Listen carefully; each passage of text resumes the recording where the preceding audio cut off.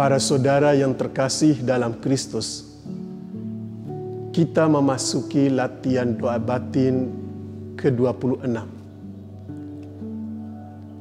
Pada kesempatan ini, untuk mengantar kita memasuki latihan ini, saya ingin mengajak Anda sekalian, Bapak dan Ibu, untuk merenungkan soal godaan dan cobaan di dalam perjalanan rohani.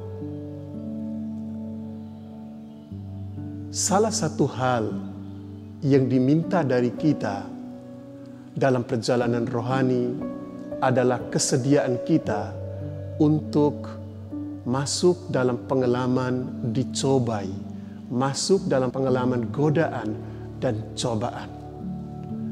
Dengan keterbukaan dan kesediaan kita untuk masuk dalam pengalaman tersebut, itu membantu kita untuk maju dalam perjalanan rohani. Seperti yang dikatakan oleh Kisah Para Rasul bab 14, untuk masuk ke dalam kerajaan Allah, kita harus menanggung banyak sengsara. Untuk masuk dalam kerajaan Allah, kita harus memiliki keterbukaan untuk masuk dalam pengalaman dicobai dan digoda. Para saudara yang terkasih dalam Kristus, ada beberapa godaan yang biasa dialami orang pada awal perjalanan rohani. Pertama sekali kita sebut semangat yang berlebihan. Mungkin karena antusias, mungkin karena dengan penuh gairah kita menjalani latihan rohani, perjalanan rohani kita, maka kita seringkali bisa saja digoda untuk melakukan semuanya dengan semangat berlebihan. Santa Teresa dari Avila mengingatkan kita akan hal ini, terutama karena hal ini akan membuat setan bisa menyelinap masuk dalam latihan itu. Kita bisa didorong untuk menjadi sombong. Sombong secara rohani. Oleh karena itu, disiplin-disiplin latihan rohani itu biasanya ditentukan agar kita bisa terbantu untuk mengontrol semangat yang berlebihan. Katakan, umpamanya dalam latihan doa batin, doa kontemplatif, diminta untuk 20 menit atau 30 menit. Kita diharapkan ikuti ini supaya kita tidak terjerembab masuk dalam godaan untuk melakukannya dalam semangat yang berkelebihan. Godaan kedua yang bisa kita sebutkan adalah salah menempatkan prioritas.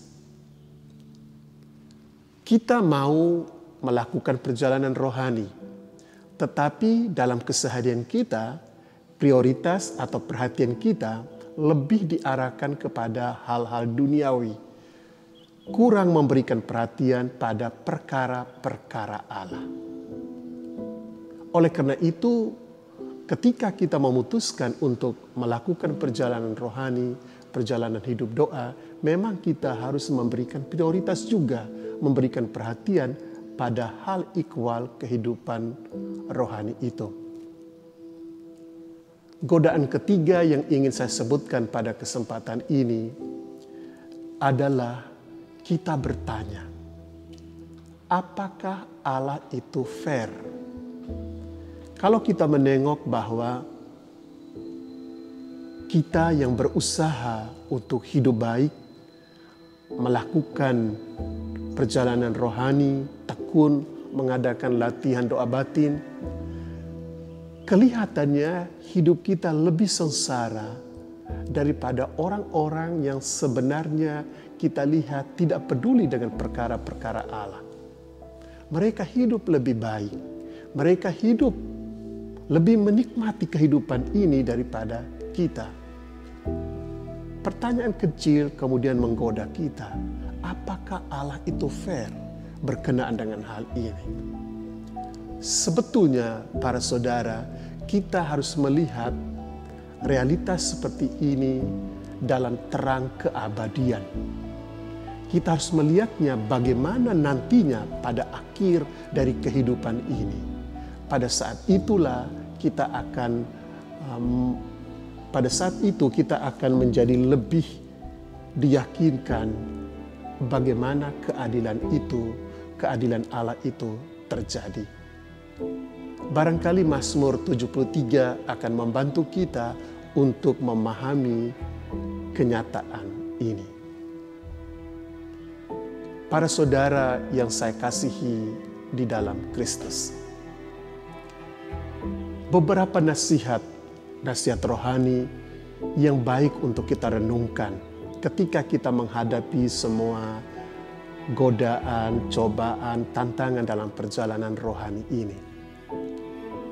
Nasihat pertama, baiklah kita melawan godaan-godaan itu, entah kecil, entah besar.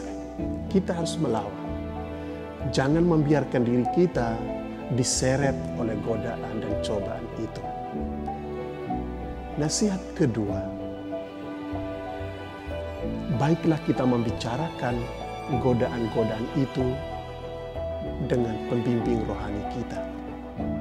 Kita bicarakan, kita ceritakan apa yang kita alami, supaya pembimbing rohani kita dapat membantu kita. Nasihat ketiga, ialah agar kita jangan berdialog dengan godaan itu. Ada godaan, ada bujukan dari si jahat, kita jangan berdialog. Ini prinsip dalam menghadapi godaan cobaan itu. Nasihat keempat yang ingin saya sampaikan pada kesempatan ini, saya kutip dari kata-kata Santo Fransiskus dari Sales. Ia mengatakan, setelah kita mengatakan tidak terhadap godaan-godaan itu, kita berpaling kepada salib Yesus. Kita mohon bantuan Tuhan yang tersalib itu. Ini nasihat yang diberikan oleh Santo Fransiskus dari Salem. Para saudara yang terkasih dalam Kristus, doa batin, doa kontemplatif, meditasi, itu sebetulnya menciptakan bagi kita kondisi yang kita butuhkan untuk mawas diri. Dalam keheningan, kemampuan kita untuk mawas diri itu menjadi lebih baik. Ketika kita mawas diri, kita kemudian sadar bahwa kita sedang berada dalam kondisi digoda, dicobai. Dan kalau kita tahu itu, kita menyadari itu, kita juga tahu bagaimana kita harus keluar dari godaan dan cobaan itu tanpa terjerembab oleh godaan si setan. Oleh karena itu, baiklah dengan penuh semangat, dengan ketekunan, kita coba sekali lagi masuk dalam keheningan doa batin kita. Agar dengan ketekunan itu kita memiliki keheningan yang kita butuhkan untuk mawas diri. Duduklah sekarang, para saudara, duduklah dengan punggung tegak setegak mungkin. Di dalam keheningan batinmu, ucapkan kata doamu. Bagi para pelaku doa Yesus, ucapkan Yesus atau Tuhan Yesus, kasihanilah aku. Bagi para pelaku centering prayer, baiklah Anda duduk sejenak dalam keheningan. biarkan sebuah kata muncul dalam benak Anda. Kata itu bisa damai atau salam. Dan bagi kita para pelaku meditasi Kristiani, bersama dengan saya, kita duduk dengan tenang dari awal hingga akhir meditasi. Dengan setia kita ucapkan Maranatha. Maranatha. Amin.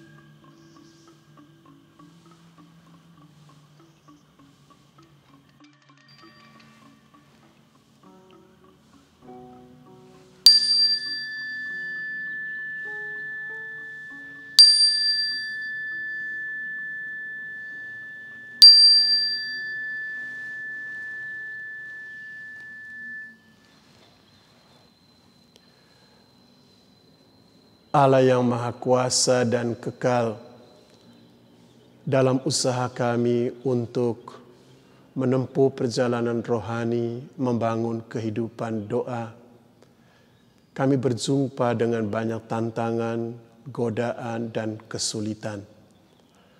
Kami mohon kepadamu, semoga oleh kekuatan roh-Mu, Engkau membantu kami untuk dapat melepaskan diri keluar dari segala godaan dan cobaan itu, agar perjalanan kami untuk menjumpai Engkau, mengalami Engkau di dalam kehidupan ini dapat kami lakukan dengan baik dan berbuah. Demi Yesus Kristus, Putra-Mu, Tuhan dan pengantara kami, kini dan sepanjang masa. Amin.